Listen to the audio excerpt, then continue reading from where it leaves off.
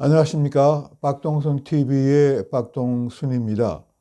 지금은 2020년 3월 3일 금요일 오전 시간입니다.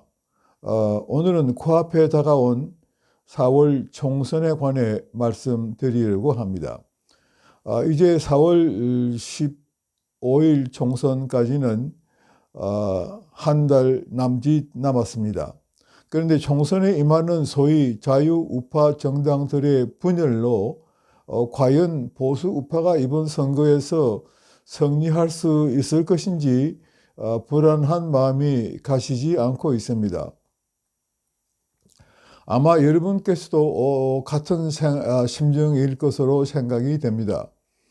첫째는 미래통합당의 공천 문제에 대한 잡음입니다. 이 당의 공천관리위원회의 공천 결과에 대해 황교안 대표가 몇몇 공천 인사에 대한 재심을 요구하여 황 대표와 공관위 간의 불편한 관계가 계속되고 있습니다.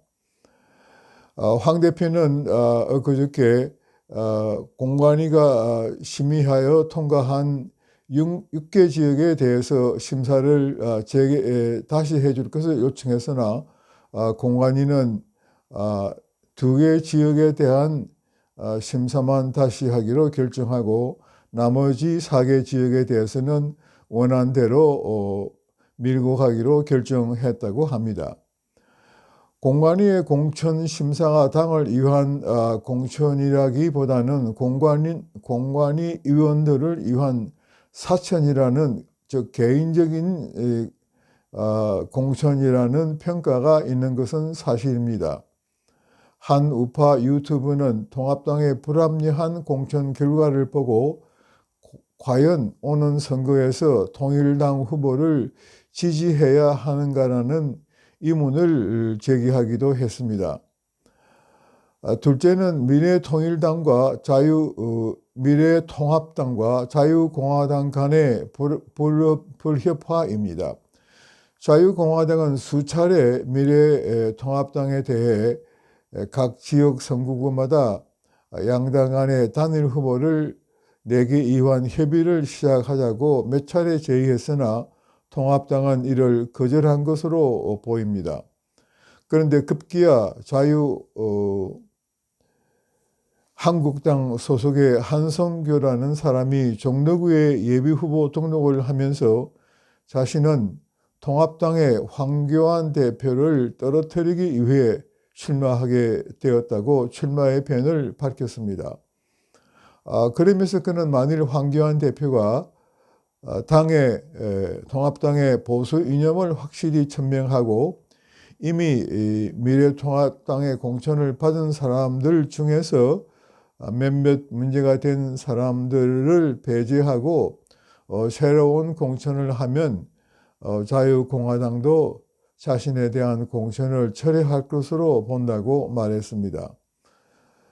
자유공화당은 이 밖에도 약 80개 지역구에 공천 후보를 낼 것으로 알려졌습니다. 이렇게 되면 대부분의 지역구에서 미래통합당과 자유공화당의 후보가 더불어민주당의 단일 후보와 경쟁하게 되는 것입니다. 결과는 불을 보듯 뻔합니다.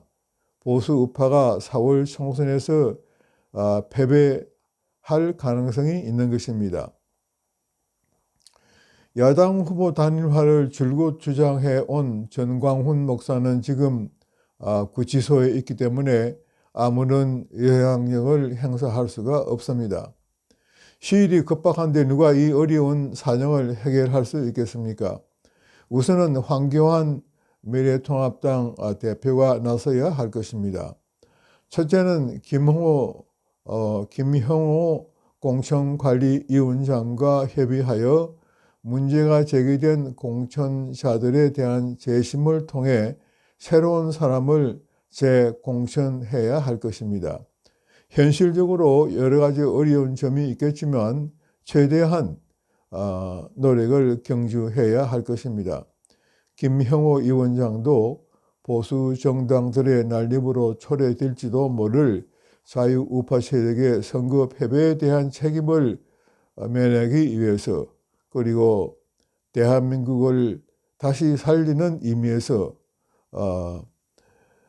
즉 대한민국을 주사파의 손에서 구하기 위해서 더 이상 고집을 부리지 말고 일부 인사에 대한 공천을 재심사해야 할 것입니다.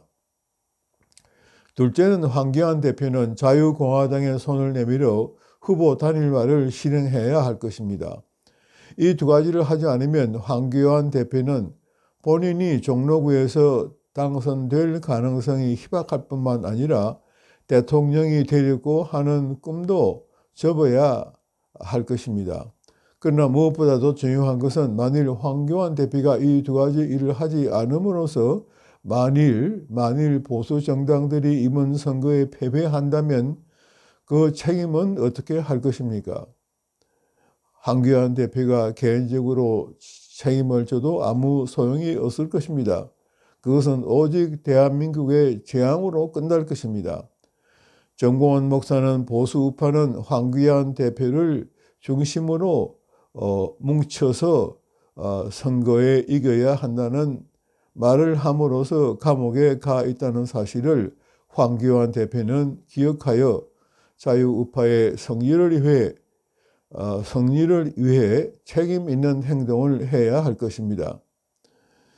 전광훈 목사라고 하는 중재자가 없는 상황에서 우리의 영향력 있는 유튜브를 비롯하여 시민단체 등 모든 자유우파 세력이 얼마 남지 않은 상황에서 위에 말씀드린 두 가지 일이 성사될 수 있도록 총력을 기울여야 할 것입니다.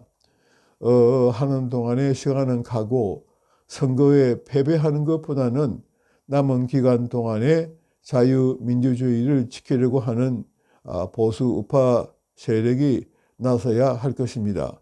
이것으로 오늘 제 말씀은 마치겠습니다. 경청해 주셔서 감사합니다.